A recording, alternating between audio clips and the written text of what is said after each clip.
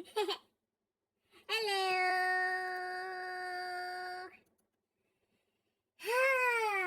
Here we go. Y'all ready for part 3 of this? I know I am. Woo! Ba-ba-da-ba-ba-ba-ba-ba. Heel. There we go.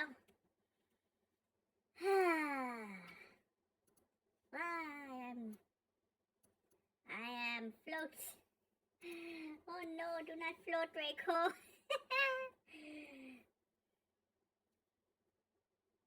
You just said the world in the group chat. Zawardo! I'm a little tired tonight. I'm a little loopy. Oh goodness, I'm loopy tonight. Oh, okay. Woo! Man, this week has sucked so far. Let me tell ya. These streams are the bright points of my week, of my day this week. I'm glad I get to share these with you. Hold on, gotta move Scorponok here. My upgrade kits finally arrived today. Ordered those back in December. Finally came. Alright. So. Part 3. Yes, please do not. That really threw me off last night. Oh, I need to adjust the chat box a little. There we go. Yeah, I was like, wait, what is she doing? And then I lost my spot. I was like, ah, crap. Yeah. Okay, so part 3 of book 2 of War of the Yokai. I think this part might be a little shorter. If we get done with this and we're only an hour in, maybe I'll do part 4, but I don't know. We'll have to see. We'll have to see how things go. I'm not going to promise part 4 tonight as well. I really like the flow I've had so far with this week. We'll just see. So, got my lemonade for sipping. Got my phone to my right. Gonna move it over in front of me. Got my barbecue shoes on. Oh, wait, no I don't. My feet are bare. Wait, what am I saying? I don't have feet! Okay, we're gonna get started for real now. War of the Yokai, Book 2, Winter Snow, Part 3. Earlier that day... Oh, wait, let me get my closer. Sorry. From the beginning, huh? Whispered Hime to herself, repeating Sarah's words back to her. Alright, let's see. Well, my first memory that came back was of me playing a video game. The one Usako called Mario. The Banshee sat next to her, nodded.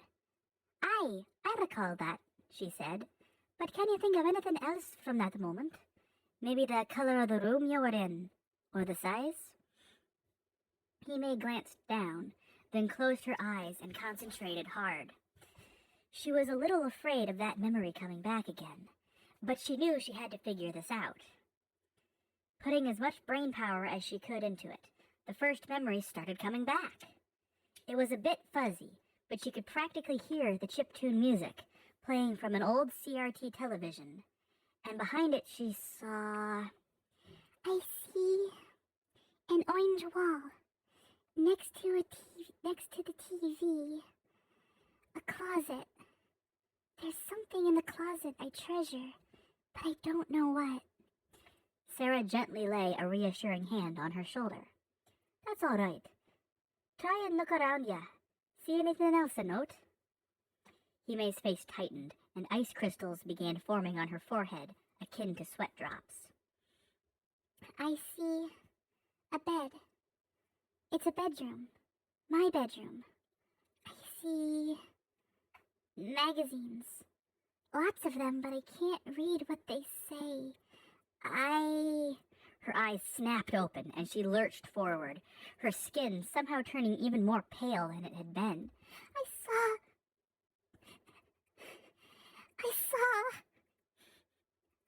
saw part of my death.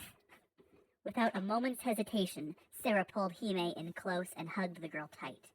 She knew exactly how traumatizing re-experiencing one's death could be, even just a little. She'd done it before, on several occasions, and not always on purpose. The Banshee never talked about how she'd died, as it was not a topic she generally cared to share. She had once told Nonami, and even the usually stoic vampire had given into a small peal of ironic laughter from the sheer irony before apologizing profusely. Regardless of that, Sarah knew that Hime definitely needed to get out of here right now. After giving her several moments of silence, she decided the moment was right to speak. Sorry. Allergies. I know that whatever you just saw, it was horrible as all get out. I think what you might need now is a day out, to get it off your mind. I know it won't be easy, but don't worry, lass, it's my treat. How does that sound? Hime glanced up at her friend, streaks of frosty tears trailing down her cheeks, and smiled as best she could manage. That sounds nice, yes. Thank you, O'Malley-san. Just call me Sarah, she replied with a grin and a wink. All me friends do. Just give me a moment to change and we'll head out. Making their way outside, the two spectral ladies shifted into a fully invisible form, so as not to draw any undue attention while floating before making their way towards downtown Fumizaki. The city of Fumizaki, Japan was founded in the 1970s by Nobuhiro Kobayashi, a red Oni who wanted to model it after the many quaint towns he'd seen in his journeys across America. Something about them had fascinated the Oni, and he wanted to bring that feeling back with him to Japan. Do you mind, Mr. Bottle? Sorry about that. Many shops and restaurants lined the streets, and there was even a Western-style shopping mall on the far north side of town. In fact, it was this mall that Sarah and Hime were making their way towards, as the Banshee planned to basically spoil her little friend today. Touching down in a shaded corner with no security cameras or people around, Sarah shifted back to the visible spectrum and motioned for Hime to do the same. They got some odd looks as they entered, their pale skin and shimmering hair, even in human form, looking a bit odd, but most people just assumed they were a couple of geeks and wrote it off. I've never seen such a place, commented an awestruck Hime as she glanced down the rows of stores and crowds of people milling about. At least, not that I can remember. It's certainly quite the sight. They don't have them back like this. They don't have them like this back home in Ireland, that's for damn sure. Go ahead, you lead the way, Hime. Anything you want is on me. The Yoni turned her gaze to Sarah, jaw slightly agape. Anything? Are you sure? Sarah laughed a little, patting Hime on the shoulder. Aye, anything. I have more money than I know what to do with, so it's really no trouble at all. Oh, all right, said Hime, charging straight towards a nearby game store. Why do I get the feeling I'm gonna regret saying that? Mumbled Sarah as she ran after the excitable girl. Inside the store was nothing out of the ordinary. It was basically your average video game retail establishment. As Hime bolted at the entrance, she accidentally collided with the glass door, moaning pitifully. For a second, she was very confused as to why that had happened, before she remembered the brief instructions she had been given on how the yokai crystal she wore would work for her. As a spirit, while it couldn't make her permanently physical, it would allow for several hours a day of tangibility, where Hime could operate in the human world without any cause for suspicion, aside from being rather cold to the touch. Even for someone like Sarah, who had been dead for nearly a millennium, and thus had much practice with phase shifting, would need a crystal for something like this. As Hime rubbed her aching forehead, an employee of the store opened the door and offered a hand to help the poor girl up. I'm terribly... Oh, wrong person. I'm terribly sorry, apologized Hime with a bow. I wasn't paying attention where I was going. The clerk just smiled. It's all right. Happens more than you might think, he said with a smile, his expression turning inquisitive. Say, have we met before? You look familiar. I don't know. Maybe, answered Hime, also getting an odd sense of familiarity from the man. It's possible. Sorry, he replied apologetically. Anyway, is there anything I can help you with? Hime glanced back at Sarah, who was having a small fit of laughter at the snow girl's expense, and sighed. Yes, just need to wait on my, friend to make her way over. Once the Banshee rejoined her friend, the two began hunting around for games they could add to Hime's collection. With help from the clerk, Junji, as he'd introduced himself, the two quickly amassed a large pile. There was just one small problem. I don't think I have the console for these ones, said Hime, holding up a bundle of PS4 games. Junji-san, do you sell any PS4s? Normally yes, he replied with a polite bow. Unfortunately, we just sold our last one about 10 minutes before you came in. My apologies. No, it's fine, stammered Hime, bowing back. I should probably put these back then. Sarah shook her head, placing a hand on the pile. Don't worry, Usko has a PS4. You can borrow hers till we can get you one of your own. Are you sure? replied Hime. I mean, will she mind? Does it matter? Teased Sarah with a wink and a small laugh. After about half an hour, the pair left the store, bulging sacks in hand, and headed towards their next stop, a rather high-end fashion boutique that Sarah personally enjoyed visiting. So often, in fact, that most of the staff apparently knew her by name, something which blew Hime away. You gotta be nice to people and they'll be good to you, explained Sarah as the two perused the various racks of clothing. One thing I always make sure of is that I treat everyone with the kindness I'd want them to show me. I believe I understand, nodded Hime, picking up a snowflake printed blouse and smiling a little. I imagine it must be hard sometimes, though. Replied Sarah. It's bitten me on the arse more than once, but I don't let it get me down. After all, it's how I made one of my closest friends it is. Oh? said Hime inquisitively. Who is that? Picking up a purple blazer and walking over to the changing rooms, Sarah motioned for Hime to follow. I'm talking about Nanami, she said through the stall door as she began trying on several different outfits. We met when she was just a child. It seems so long ago now. Turning invisible for a second, Sarah floated up and checked if they were the only ones nearby. They were, so she rematerialized and continued. I'll tell you the story, but you gotta let me know if anyone's coming who might overhear, all right? Sure thing, replied Hime, typo. More than a little excited. It was just past 3 in the morning when the silver-haired woman crested over the final hill and approached the long wooden plank bridge to Castle Orlok. She hadn't been told the specifics of her current mission, just that she would be paid handsomely for it, and by the Lord of the Vampires himself, no less. It had begun raining about an hour previously, and it was now coming down in torrential sheets, with only the occasional flash of lightning and clap of thunder breaking the monotony. Had anyone seen the woman, though, they would have been shocked and likely disturbed to see that the rain didn't seem to be touching her.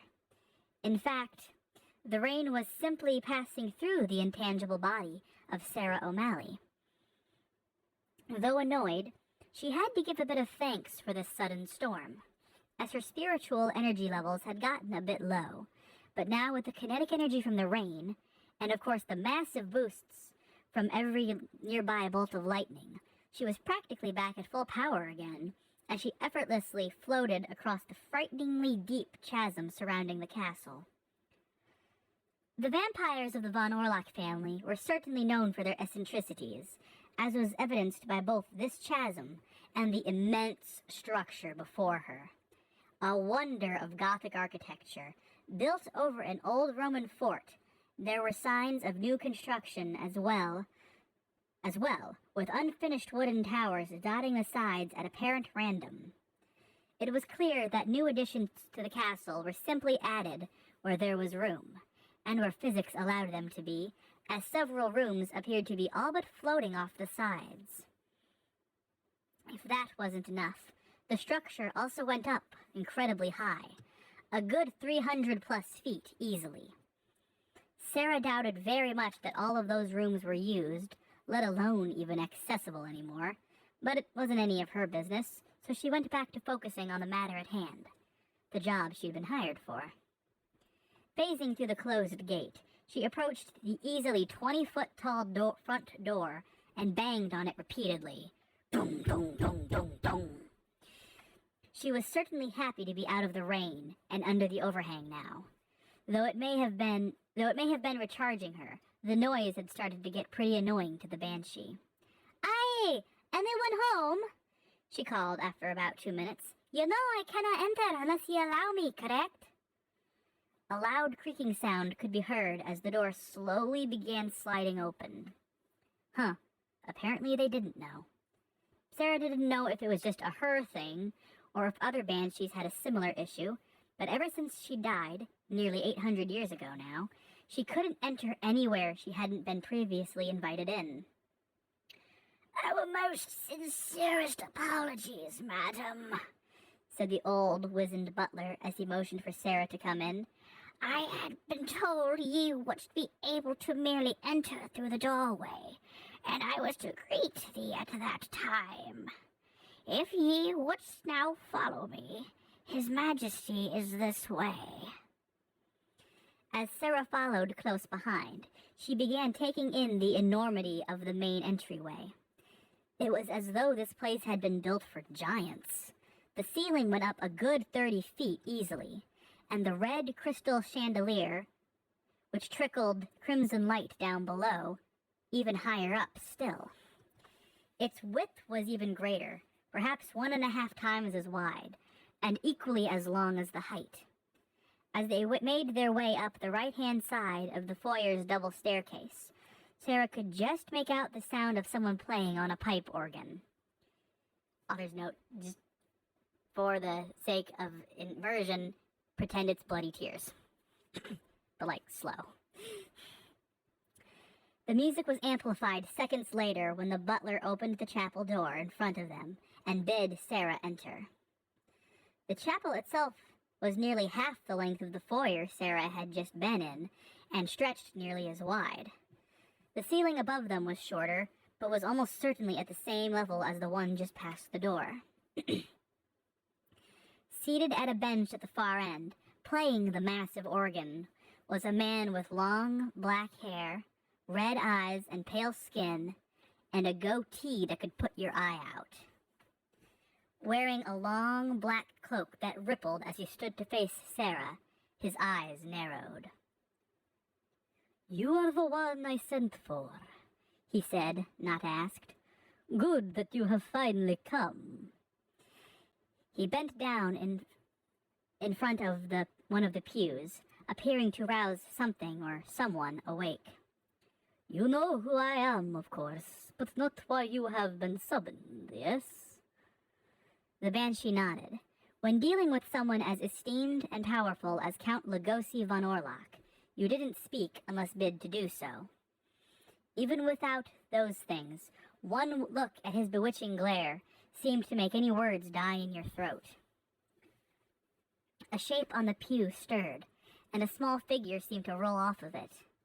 A child, no more than 13 or 14, picked herself up from the ground before, upon seeing Sarah, darting behind the Count's cloak, her own red eyes peering out ever so shyly. "My daughter, Maria," explained Lugosi. "She is the reason I have hired you, Banshee. There has been an incident. My elder daughter, Farah, has gone off with my brother, Karloff, likely to join the dwellers, and I worry they may come back for Maria. I've heard rumors that they've been spotted in the American colonies, playing both sides of the current conflict against each other. You are to guard her with every fiber of your being, to the second death if need be. They say your record is good, perfect even, so I ask, will you do this for me? Oh, Jonathan, you are banging my daughter. His expression seemed to soften then, as he leaned down and picked up young Maria, holding her tight. You have me word as an O'Malley, my lord, said Sarah, as she bent her knee in deference. No harm shall come to your daughter, so long as I guard her. This I swear to ya. Very good, responded the Count, a bit of his previous sternness returning. You may rise, Lady O'Malley. Setting Maria down, he knelt as well, though as to look her in the eyes. Maria, my darling child, this is Sarah O'Malley. She'll be taking care of you while I am away. I wish you could come with me, but this is something I must do alone. I need to find your sister and my fool of a brother before it's too late. Can you be strong for me until I return? Little Maria turned her gaze to the floor, tears brimming in her eyes. Yes, Papa. She sniffled, trying to sound strong but failing miserably. Please, bring them back. A pained look crossed his features. Something Sarah noticed, though it seemed Maria didn't. I will. Do not fret over it, although it may be some time. They're going to get quite the earful when I return, you mark my words. Maria smiled then, and Sarah's heart nearly melted. The girl was undeniably adorable, fearsome creature of the night or not. Go get him, Papa. Several minutes later, after Sarah and Maria had been escorted to the princess's bedroom, Sarah thought it may be prudent to formally introduce herself to the girl. Top of the evening to ya, Top of the evening to ya, Your Highness, she said with a bow. As your father said, the name is Sarah O'Malley, and I've been hired to keep you safe. I know this might be a hard time for you right now, so if I can do anything to maybe alleviate your stress, I'm more than happy to oblige. The child tilted her head, a look of confusion on her face. Would you please say that again, miss? She whispered. I mean no disrespect, but your, accent is hard to understand. Of course, responded Sarah, a bit slower than before and trying to keep her admittedly thick accent at bay. My name is Sarah O'Malley, as your father said. I was hired to keep you safe for the time being. I know this may be a very stressful time for you, so if there's any way I can help eliminate that stress, feel free to tell me. Eyeballing a nearby chessboard, Sarah asked, Do you play? Only on occasion, answered Maria, pulling a chair up to the table and settling in. Sarah did the same, though more for Maria's sake, to put the girl more at ease, as Sarah really couldn't sit. The vampire then began setting the pieces up, giving herself the black ones. Apparently, this set had been custom-made for the clan, if not Maria herself, as all of the pawns were bats. I do so enjoy these games of strategy, admitted Maria as she made the opening move. I just happen to be terrible at them. 'Tis nothing to be ashamed of, said Sarah, taking her turn. Everyone's a beginner at some point. You just gotta keep up practicing, and eventually you'll have it mastered. After all, Rome wasn't built in a day. One sec. After that, we played for several hours, elaborated Sarah as Hime listened on in rapt wonder. Eventually, it got to be about dawn, so I tucked her into bed. Of course, by then we'd already struck up a friendship that has lasted a lifetime. Several, if you're human. Hime nodded, excited to hear more, but then she heard the sound of feet approaching. Sorry to interrupt, whispered Hime through the door, but someone's coming. With a click, the changing room door opened, and the banshee emerged, carrying 2 bundles of clothes with her. "That's all right," she replied, setting one of the bundles on a shelf to be re-racked by the staff. "I'm done here anyway. You want to try anything on real quick?" Hime shook her head in a negative. She felt more than a bit shy changing clothes in public. And besides, if the clothes didn't fit, she assumed she could just return them later. After going to the counter and paying, the 2 spirits left and began making their way outside. Hime was starting to get anxious about playing her new games. Still, with a long walk ahead of them since neither could drive, and floating shopping bags would be incredibly suspicious, Hime asked Sarah if she'd mind filling the time with more of the story. She had quite enjoyed what she'd heard so far, as Sarah was quite the talented storyteller, and so assumed there was still a fair bit more to tell. "Aye," confirmed Sarah when Hime inquired about that very thing. "I'd hardly even got to the best parts. So, for the first few months it was pretty bog standard, just your average security job. The first bit of trouble came one night in particular, Nanami's 15th birthday. There were 6 of them gathered around the red and black dining room table. Maria, her grandfather Murnau, Sarah, as well as Nonami's 2 maids, Gloria and Bethany, as well as the butler, Ivan. Today was a wonderful occasion. They were celebrating Maria's 15th birthday, only the poor girl was far from happy. This was the first time in her entire life that she was spending the day without her father.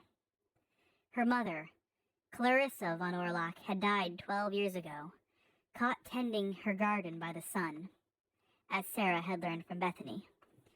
The young Maria had been told back then it had been a terrible illness, which is why she had to be buried immediately. In truth, of course, there was nothing to bury, something she'd only just found out last year after entering the fold. Each birthday, though, Maria's father would do his utmost to make sure his daughter had everything she wanted, whether it be exotic silks from far-off India, a rare book no longer in print for her personal library, or a specific tea found only on the island nation of Japan. Maria always got what she wanted. This year, though, the one thing she wanted more than anything else in the whole world was to see her father. He'd sent letters on occasion, and Maria read them over and over and kept them close to her heart, but it just wasn't the same as having him around. About halfway through the meal, Maria asked to be excused. She walked across the great hall, entering the castle's main library. Figuring the girl might need some companionship, Sarah also excused herself and floated after her. The library itself wasn't massive, but it certainly contained many books on a great number of topics, ranging from the mundane to the mystical to the just plain esoteric. It also held a secret passageway to what Sarah assumed was Count Lugosi's personal study in the basement. Unable to locate Maria among the dozens of shelves, she assumed the little one had also discovered the passageway and floated through the wall, making her way down a brief spiral staircase, followed by what would be an incredibly cramped hallway were she physical. Finally, she emerged in a large, open room with a roaring fire in the fireplace. It was still early October, but there was definitely a chill in the air, especially in an otherwise closed-off room like this. Spotting the girl wasn't hard. She was sat before the fire, curled up in what was certainly her father's chair, the light from the flames reflecting off her red eyes, so they appeared as twin points of crimson light in the otherwise near-dark room. "Are you doing all right?" inquired Sarah, hanging back near the entrance. "I know this situation is difficult for you, but I would like you to know I'm here for you if you need anything, Maria." Maria stirred a little, glancing over slightly at Sarah before nodding once. I just thought he would be home by now. Sarah pondered, deciding what to say next. "Well, I see it like this, Maria. Let us say he arrived in America as fast as possible, and then immediately he found your uncle and sister. To make certain they wouldn't escape during the voyage home, he would need some time to prepare and then more time still to physically make the voyage. It may be a few months still, if he's lucky, but given recent developments over there. Maria sighed, tucking into a ball and laying down in the chair. Sarah realized that maybe those weren't the words the little vampire needed to hear. "I'm sorry," she said, floating closer and laying an ephemeral arm around the sniffling child. "Your father is a good man, Maria. He's out there right now, helping bring those two back to face justice. I know it's hard, and you miss him dearly. But no, he misses you just as much." Suddenly, there was a loud crashing sound from the floor above. Something big must have fallen over to cause a noise of that magnitude. "Stay here," warned Sarah, heading back the way she came. Find somewhere in here to hide, and arm yourself if you can. I'll be back as soon as I'm able." Before Maria could have the chance to reply, Sarah phased through the ceiling and back into the main foyer. It looked like something immense had been rampaging through the room. There was furniture tossed every which way, while candles had fallen from their sconces and had begun to ignite the floorboards. There was also a pile of ash, covered in a green maid's uniform. Apparently, Gloria had been killed by whatever had caused this. Pulling a mounted rapier off the wall, Sarah began following the trail of destruction until she found the crumpled form of Bethany. Fortunately for the vampire maid, she'd been spared the fate of her counterpart, but was still badly hurt. Seeing Sarah, she pulled on the sword, as it was the only thing physical of the banshees. Stop, she moaned weakly. "The young mistress. Is she safe?" "Aye," nodded Sarah. "Won't say where, in case the wolves have ears. But she is safe, I assure you. What happened here?" Bethany coughed. Her long silver hair had been stained with blood in some places. It was me," came a sneering feminine voice from the rafters. "So you are the one my father hired to protect little Maria? Pitiful." She jumped down, blade in hand aimed right at Bethany's heart. However, it was never meant to be. Sarah's own blade met the other, deflecting the blow to the floor. "Who the hell are you?" Sarah demanded. The other girl merely laughed. "What? Can you not tell? Is the resemblance not apparent?" Another blade appeared in her hand, and she lunged at Sarah, the second blade actually managing to cut her somehow. She chided, running her fingers through her hair. "How unfortunate. It seems introductions are in order then." In the blink of an eye, the mystery attacker appeared behind Bethany, carving an F into the girl's chest with her sword, before holding the blade to her neck. "Go ahead, Bethy. Tell her who I am." Terrified and crying, Bethany still managed enough willpower to speak the girl's name. You are Mistress Farah von Orlock." "Bingo," sneered Farah, hurling the helpless maid at Sarah, who had no choice but to manifest physically and catch her. "That's impossible," shouted Sarah as she gently laid poor Bethany on the steps. "You're meant to be in the American colonies, you are." Farah let loose a peal of mocking laughter. "Oh, that? Well, I suppose there is some truth to rumors. Uncle Karloff is certainly giving those lousy Americans a hard time. Even managed to get one of their generals to defect. Benedict, I think his name was. But anyway, he's with another of our group, disguised to look like me, so as to trick Father into thinking we were both there, when in truth, I never left the castle." If she expected Sarah to be taken aback by this, she was disappointed. The Banshee had had a hunch that someone else was living in the castle for some time. Shadows scurrying around in the day, when the family was sleeping. Reports from the kitchen of missing blood, which had been blamed on poor Gloria. Now it all made sense, and Sarah wasn't about to let this girl get away, let alone allow her to find Maria. But by now the lower level had begun to burn rather well, and the flames were starting to creep up the walls themselves. Sarah knew she had two options: beat this girl now and risk the blaze getting out of hand, or let her slink off, but put the blaze out before it got too big. Cursing herself, Sarah chose the second option, dashing to the kitchen and filling several cauldrons full of water before dumping them across the floor. Farah, meanwhile, had escaped, ducking into one of the castle's many secret passages and disappearing. This wasn't the end of it between them, Sarah knew, but for now, at least, the castle and Maria were safe.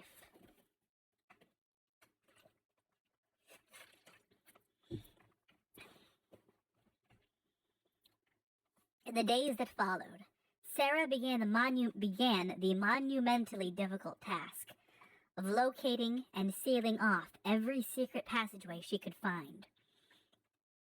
This was not helped in the slightest by the fact that the castle had been built upon itself over and over, with old rooms becoming sealed off and forgotten by new construction.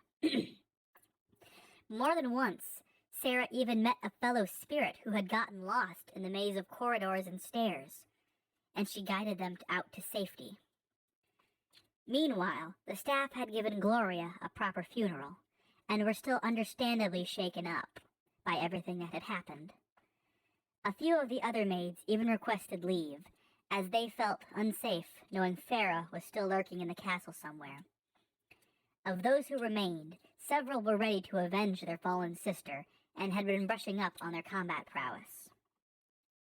As for Maria, she was never left unattended, even during the day, with two maids, Clara and Emily, staying up by her coffin side while she slept. When she was awake, she'd usually keep close to Sarah whenever possible, something that gave the Banshee some real peace of mind. As they continued walking, Sarah a bit distracted by her story, Hime suddenly froze dead in her tracks. There was someone just ahead who looked frighteningly familiar, though she didn't immediately know why. Then another memory came at her, the rest of what had hurt her earlier, the full memory of her death. She had been out late jogging, and had just arrived home to see someone had broken in. Carefully, she approached and was alarmed to see a massive red snake tail slithering on her floor. Looking up, she saw that it was attached to it was the torso of a woman with purplish pink hair and a look of contempt on her face that froze Hime in place. With one swift movement, the snake woman whipped her tail up, wrapped it around her, and snapped Hime's neck. The last thing she remembered before it all went dark was a cruel laugh and the words, "Disgusting creatures." "Sarah!" she cried out. "That's her! That's who killed me!" Setting her bags down, Sarah turned to look at her friend. "You're absolutely certain?" "Beyond a shadow of a doubt." Hime nodded emphatically. "Well, ain't that just a kick in the teeth? 'Cause I think I know that bitch, and order some payback anyway." Sarah turned back towards the sidewalk, where the woman was walking, her eyes concealed by shadow. "Hime, stay here. I'll be back. This should only take a moment. This should only be a moment." And then Sarah took off after her, sprinting across the road like a cheetah, dodging past cars. "Hey, snake bitch!" she yelled, which seemed to catch the purple-haired woman's attention. "We have some unfinished business, you and I." "It's 'cause of you I hear my friend died. It's 'cause of you I heard... Sorry, try that again. It's 'cause of ye that my friend almost died, and I hear it's 'cause of ye another did. Anything to say for yourself before I bring you in?" Mizuho Kirishima laughed, her cold eyes fixed on the Banshee. "Oh my god, you're that damn Foggy that botched the Usako job, aren't ya? What are you gonna do, huh? Fight me here, with all these humans around? I doubt." In one fluid motion, Sarah punched the Lamia square under the jaw, sending her careening into the sky, and subsequently landing hard on a nearby rooftop. "You were saying?" called Sarah, as she floated in front of the now bruised and battered Lamia, Surrender now, and that's the worst you'll get from me. Her eyes glowed red for a moment as she let her banshee voice take over. Try me patience, and you'll be in for a world of hurt. Am I clear?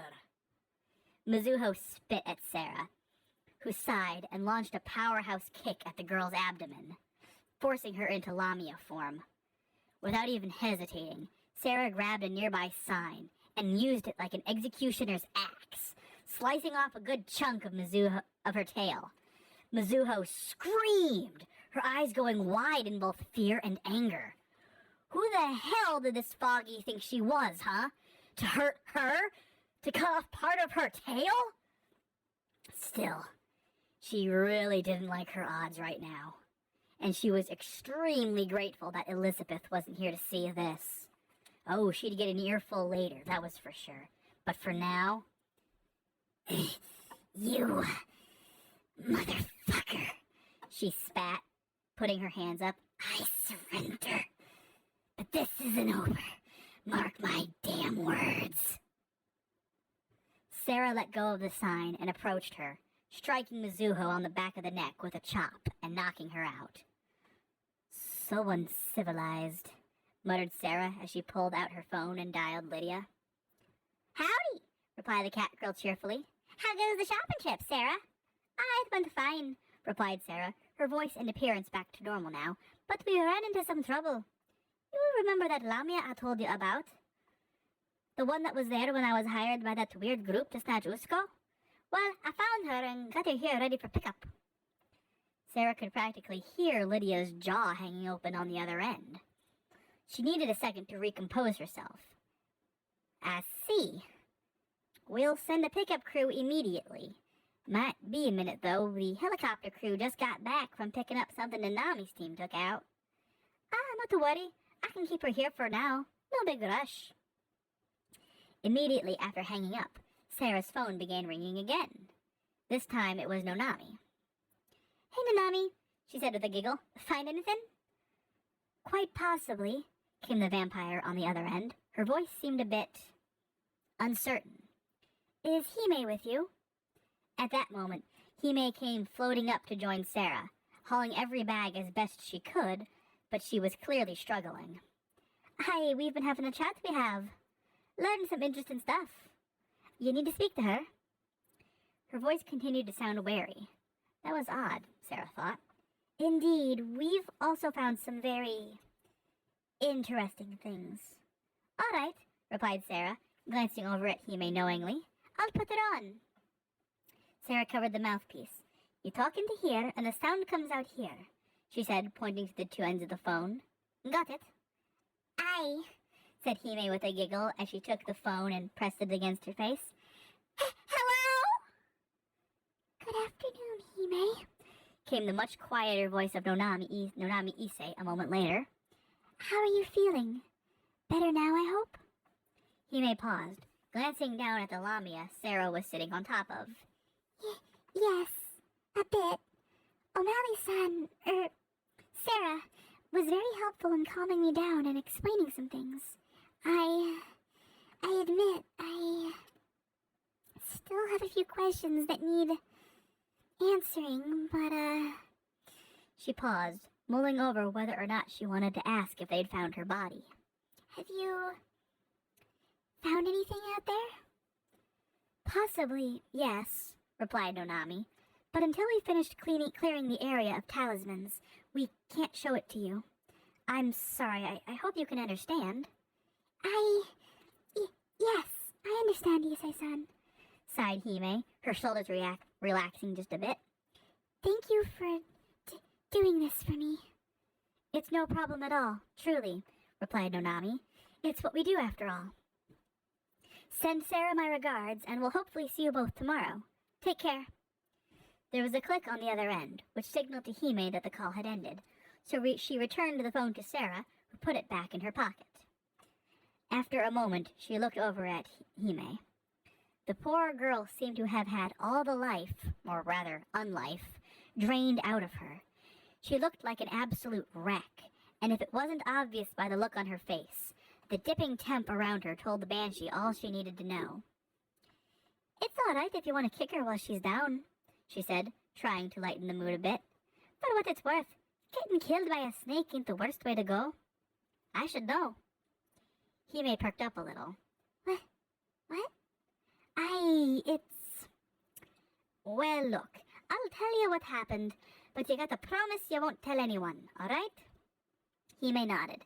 My lips are sealed. All right, said Sarah with a heavy sigh. First, a little backstory. You know how there's no snakes in Ireland? Well, there used to be. Venomous buggers, too, let me tell ya. They got chased out by St. Patrick way back when, and well, on their way out, one of the little feckers bit me and I died. The last snake bite victim in Ireland. That's me. Hime glanced down, avoiding making eye contact. She didn't want to laugh. Truly. But she did find the irony a little amusing despite herself. I think that's why I became a banshee, continued Sarah. Had a lot of vengeance in me, unresolved anger at dying in such a stupid way. Mizuho started to stir underneath Sarah, so she sent a solid kick into her stomach to keep her down. Though I got to wonder, how is it you became a Yukiona in... She began counting backwards on her fingers. September? August? Either way, not the ideal month for that. Oh, it's always cold on top of Mount Aoyama. That's why I chose to live there, said Hime, who immediately after gasped. How did I'm remembering more. I kept a space heater around for when it got too cold to bear, but usually kept it off because I preferred the cold. I made sure to keep it away from my comics, though, so it wouldn't start a fire. No, by all means, continue, encouraged Sarah. Just let it flow out of you while you can. Not missing a beat, Hime went on to describe how her house both backed into a cliffside and was right on the edge of one that overlooked the city. How at night, being so far away, she could lay on the ground and watch the night sky unimpeded. How she had first moved in there 5 years ago, after her parents had died in a car accident, and how she kept their ashes in a small shrine just off to the side of the house, and Hime's eyes welled with tears. I remember my name. The name I gave myself when I realized I was a girl. Standing up and walking to the edge of the building, the snow girl cupped her hands over her mouth and shouted with all her strength, My name is Hyoka Kagari! Let me try that read again, sorry. My name is Hyoka Kagari! And Sarah just looked on and beamed with pride, not realizing that the very thing she was sitting on was about to raise holy hell for her and her friends. When the chopper crew finally arrived about half an hour later to pick up Mizuho, who didn't make things easier for them by refusing to change back into human form, they were kind enough to take Sarah and Hyoka's bags with them, so they could return to base unimpeded. As they floated towards home in their spirit forms, both girls were brimming with excitement and glee. Hyoka, for finally recovering all her memories, and thus her understanding about herself. She was a trans girl who, in death it seemed, was finally able to be who she couldn't fully be in life, and with the added bonus of ice powers. Sarah, meanwhile, was excited merely because her friend was excited. True, the two girls had quite the rocky start to their relationship, but at this point, Sarah trusted the girl enough to the point where she told her something she hadn't told anyone alive, save for Nonami. Plus, having another spirit around was nice. Sure, having friends is one thing, but having a friend who understood how it was to be incorporeal was another thing entirely. The sun was beginning to set now, but the time of day didn't particularly matter to them, being spirits who only needed to absorb energy to replenish themselves. So they flew on towards headquarters. Once there, they were going to head straight for Hyoka's room so the two could try out some of their new games.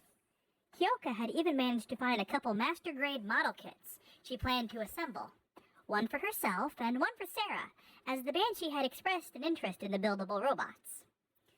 Upon arrival and scanning their crystals to be admitted, Sarah was quick to notice that the usual security personnel were conspicuously absent. This definitely didn't sit right with her. At this time of the day, she could always expect to find Josuke the Kappa cracking his usual jokes with his partner, Murphy the Gill Man. Instead, the halls were eerily silent. Like a tomb, Sarah thought half-jokingly. Hyoka, there's something going on, and I'm not sure what. It might be best if you stay here for now. I don't want you getting hurt, you know? Hyoka nodded for a moment, but then suddenly tightened her fists, looking Sarah in the eyes. No, I'm coming with you, Sarah. I have these powers after all, but what good are they if I don't use them to help? If nothing's wrong, it saves you a trip to come find me. If nothing's wrong, it saves you But if something is wrong, you might need some help. Sarah was incredibly surprised by Hyoka's words. This was a far cry from the shy, timid girl she'd left with this morning, but she was kind of liking the new her. All right, we'll play it that way, she said. But if I say you need to do something, do it. I say run, run. Duck, duck. That clear? As ice, replied Hyoka. I'll watch your back, Sarah. Rounding the corner, Hyoka saw Murphy's arm hanging out from a corridor, causing her to sigh in relief. Oh, there you are, Murph, she called, reaching out to grab the shoulder. You had us work.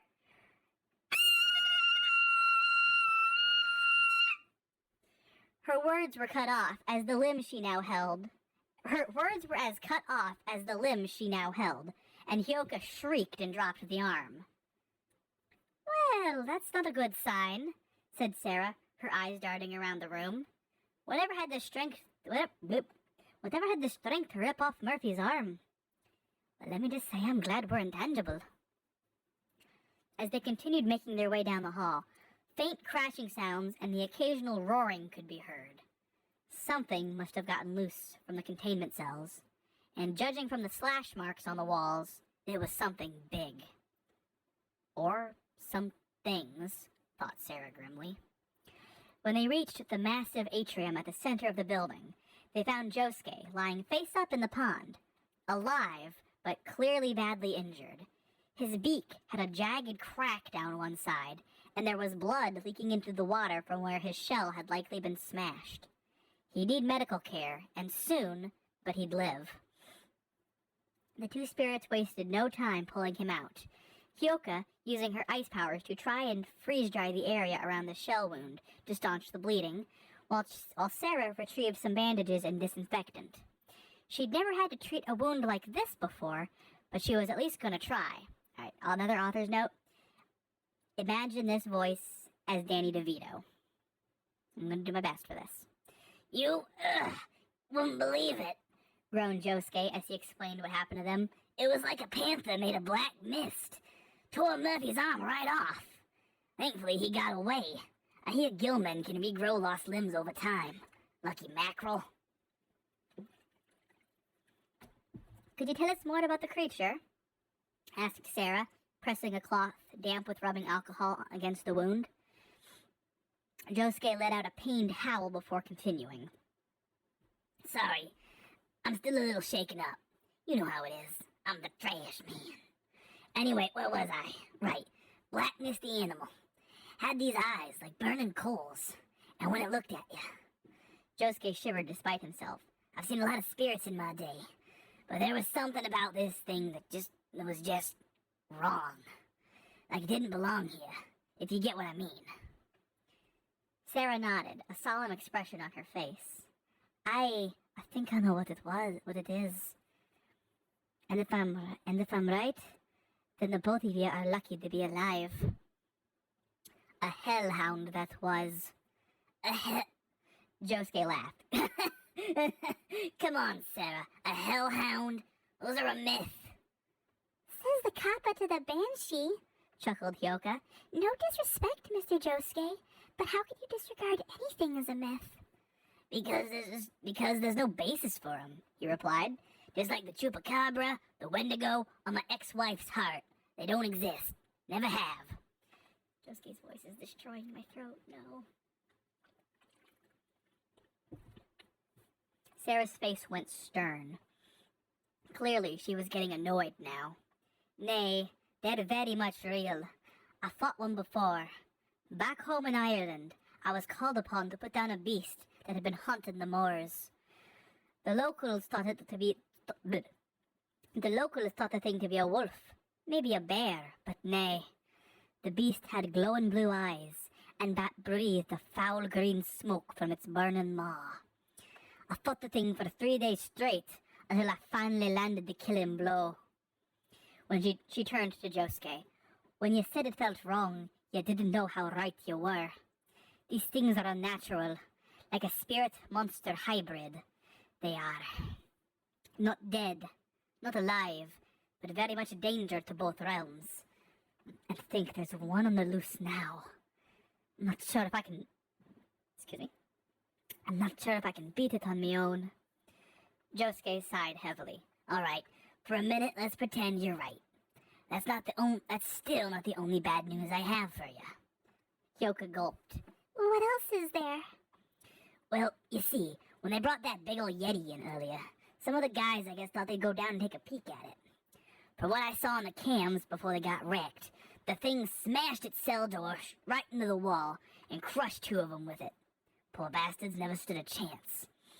From there, it started prying doors off of hinges, letting out all sorts of bad guys we've been keeping here. A prison break, sighed Sarah, unconsciously melting into her mist form. That's just great. Then a realization hit her. Did you happen to see if the lamia that I fought... Did you happen to see if it let that lamia I fought earlier out? Josuke shrugged. I don't know. Mighta. If your lamia was in that block, then it's probably loose, yeah. Just then, from down the hall, all 3 heard a sound like a yelp mixed in with a cat screech, akin to the sound one might make after having its tail accidentally stepped on. Immediately, Sarah recognized the voice. Carrie Nakamoto. In a blur, she dashed towards the source of the scream and came to a stop outside of what was apparently a playroom designed for Lydia's 2 daughters. Only right now it burned with blue fire, and huddled in the back of the room were the shivering, terrified forms of Carrie and Claire Nakamoto. As for the source of their terror... Hellhound! Spat Sarah, as though the word were poison on her lips. Before continuing with a roar, Step away from those girls at once, creature! I'll not be repeating myself. Sarah! Cried Claire, hugging her big sister tightly. Help us, please! I'm scared. I want my mama. Ugh, not the best read in the world, sorry. The hellhound turned its gaze towards the newcomer, and Sarah could swear she saw a smirk cross its muzzle as it set one paw ever closer to the kittens, who recoiled back as the massive ebon claw made a loud thud on the tile floor. So, said Sarah coolly, as an emerald-encrusted Irish arming sword manifested in her open palm. That's how it's gonna be, eh? Leaping the gap between herself and the kittens, Sarah managed to scoop them up with her free arm as the hellhound breathed a blast of azure flame at them. However, when the flames caught Sarah's blade, they were sliced in 2 and passed harmlessly on either side of them. Gotta love the Olomari clan's sword, she commented before sprinting around the beast and back to where Hyoka and Josuke were. Mr. Josuke! Yelled Carrie as she tugged on the Kappa's uniform. Where's Mama?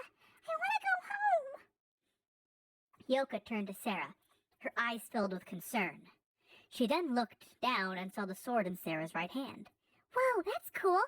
Are you all right? Are they? Aye, nodded Sarah, but I'm going back to finish this thing off. A hellhound is too dangerous to risk getting loose. Josuke turned to look at them. Hey now, I get it's a dangerous situation right now, but we don't kill prisoners here, period. I can't let you do that, Sarah. A shadow went across the Banshee's features. Have you ever seen what one of these by itself can do to a human village? Have you seen the absolute devastation they can leave in their wake? She twisted her thumb around to point straight at her chest. I have, and I swore I'd never let it happen again if I could help it. Knowing there wasn't a chance in hell he'd be able to convince the Banshee otherwise, and still not convinced himself the thing was a hellhound, Josuke picked up Claire and set her on his shoulder, while Hyoka took Carrie by the hand as they escorted the terrified kittens out of harm's way. Sarah certainly had her hands full, and the beast wasn't giving her any chance to take a breath as they fought tooth and nail in the hallway now. Sarah's sword had managed to leave some shallow cuts on the thing, but it wasn't doing near enough to drop it. She knew she was outmatched, even after all the training she'd done over the years. She still could barely hurt the hellhound. While she knew it couldn't be the same one from before, it was just familiar looking enough to really get her blood boiling. If she'd had blood, of course. Normally, when she would engage an enemy, Sarah could rely on being able to use her witty banter, honed over centuries, to either put a foe at ease or on edge, or enrage them to the point they made careless mistakes which cost them greatly. Unfortunately, with the hellhound being a beast with arguably no higher mental capacities, she couldn't use the second greatest tool in her arsenal. Her first greatest tool, however... Well, I suppose it's emergency enough, she thought, as she banished the sword back from whence it came. If extending the same arm out, there suddenly appeared a great vortex of wind around her hand, to both hers and the hound's surprise. From out of the vortex came a scythe. The same scythe, in fact, that Nonami had used against Sarah when the Banshee had kidnapped Kuriko. It had originally belonged to Sarah, actually, but she'd gifted it to the girl when they'd had to part ways about a century and a half ago. Only now it looked very different. Where originally the scythe, Soul Slayer by name, had been all black, save for a silver bottom edge and a crimson top edge, the blade was now completely grass green, save for its bottom cutting edge, which remained silver. The base of the scythe, where the blade met the handle, was also a darker shade of green, with spiral motifs indicative of hurricanes and high winds. As for the long handle, where it had once been smooth, save for a few choice grips, it now twisted around like a tornado, and was a dull gray-green color, not unlike tarnished bronze. Well, that's new, thought Sarah as she went on the offensive, using the advantage of the scythe's long reach to slice the beast from afar, injuring its left front leg.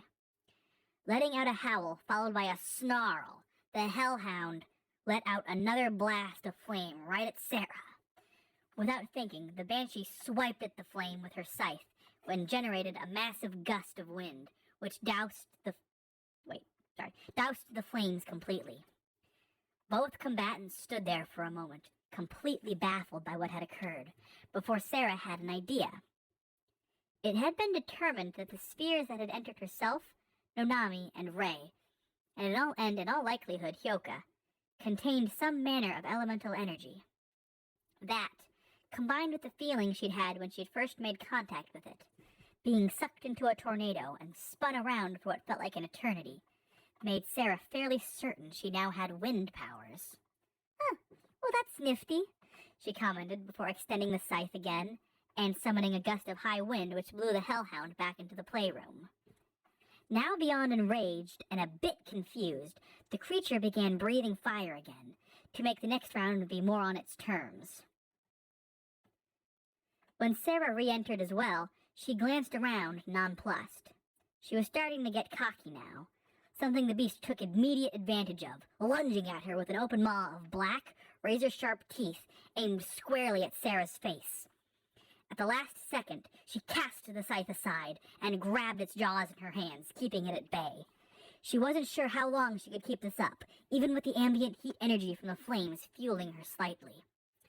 It was then that Hyoka popped her head back into the room, as Sarah was trying her best to keep the beast's jaws open. Is there anything I can do to help? Nay, shouted Sarah, the flames obscuring her face from view. Wait, actually, remember what you did to me that night we first met? Do it to this thing. Are you sure? Responded Hyoka. What if I lose control, or... It's fine, she yelled as the hound lunged once more. But do it quick. Okay, shouted Hyoka, summoning her true form. Calling upon the same powers she had a few weeks ago, Hyoka created a blast of near absolute zero air that froze not only the hellhound, but the very flames in the room themselves, as well as part of Sarah, too. Oh, bugger, she mumbled, unable to phase out. Hyoka, be a dear and remove its head before it can melt its way out. Only way to kill a hellhound, they say. Are you sure? Asked Hyoka nervously, as she saw a small glowing spot where the hound's mouth was located. I've never had to kill something before. If you don't, it'll come after you next, sighed Sarah, who had also noticed the glow, which had begun to grow larger now. You're the one who froze it, after all. Picking up the scythe, Hyoka gulped before swiping it down, cleaving through ice, skin, muscle, and bone in one swift movement. Immediately, the hellhound's body dissolved into mist and disappeared. Well, that takes care of that, sighed Sarah in relief. Now, how the heck am I gonna get out of here? I might have an idea, replied Hyoka uncertainly. If I can create ice, maybe I can make it go away, too.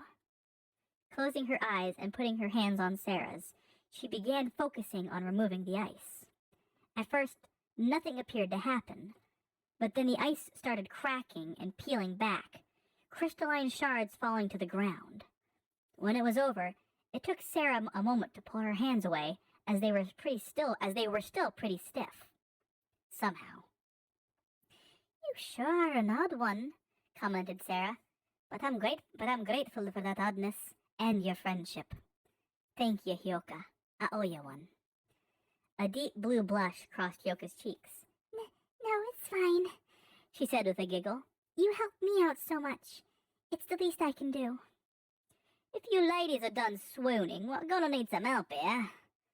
Both girls' heads snapped to the doorway where stood Madrid, Excalibur in hand, and wearing some sort of tech-infused medieval armor. She had clearly been through the ringer. There was blood splattered across her face and chest plate, and her right leg armor had a deep gash in it from which a thin trickle of blood leaked out. Ah, Maudie, said Sarah nonchalantly. You look a bit shit. No kidding, she grunted. Lydia's holding off for Omu. Something. Big ol' centipede thing. Come on. As they ran to give the cat girl aid, Hyoka turned to Sarah. She wanted to ask the Banshee if once everything was over, she'd be willing to finish the story. This ain't really the best time, lass, she said as they rounded a corner, but I can. And then they saw it, like something out of an entomophobic's worst nightmare. A centipede the size of a small car, its long body constricting the cat girl as it leered menacingly at the newcomers. Oi, Lyd! Shouted Madrid. You hanging in there? Barely, groaned Lydia. Aren't giving me a hand here? Yeah, replied Madrid, swinging the sword at some of the creature's legs, severing them. It hissed in aggravation, whipping its tail at Madrid, who ducked and rolled out of the way. I didn't tell him you want to step in, she yelled toward the spirits. Feel free! This thing's tougher than it looks. Looking at each other and nodding, the two spirits called on their unique powers and joined the fray. And that is the end of part 3. I've been going for an hour 10. Yeah, I think we're gonna save part 4 for tomorrow. Sorry. But yeah, that's part 3. It's a very Sarah and Hyoka centric part, I know. So if you're a Sarah or Hyoka fan, I'm sure you really loved this part.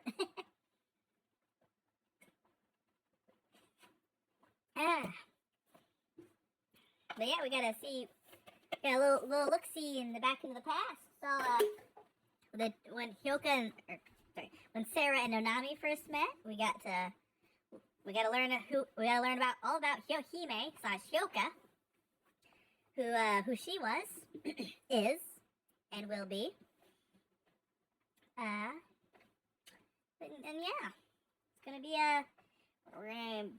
we're gonna see where this jailbreak goes.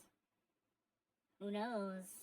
There's gonna be Yeah, next chapter tomorrow. There's gonna be a lot of fighting in the next chapter. I will say that, or part rather.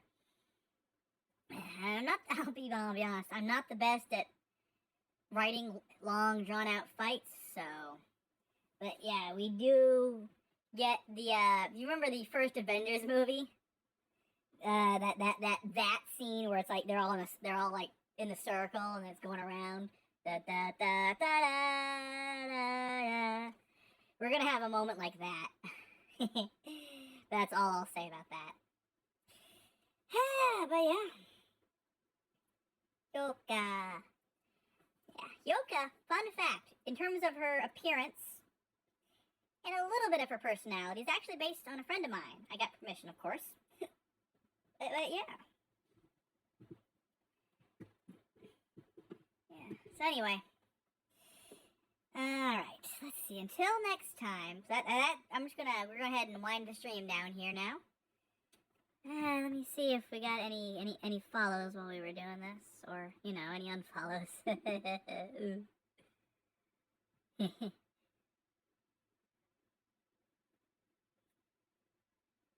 good. Okay. So, until next time, I hope you enjoyed part 3. Well, there weren't any, so we're good. Oh, but we did hit 1.6k views at the day. Woo! Woo! We're 60% of the way to 2k views. I think I'll probably do a little party celebrate when I hit 2k views. Just because that's cool. Even if it's, it's such a silly thing. Anyway. Until tomorrow night, when we get to part 4, we'll finish this. I hope you enjoyed. I will see you later. Have a great night. And... Sayonara.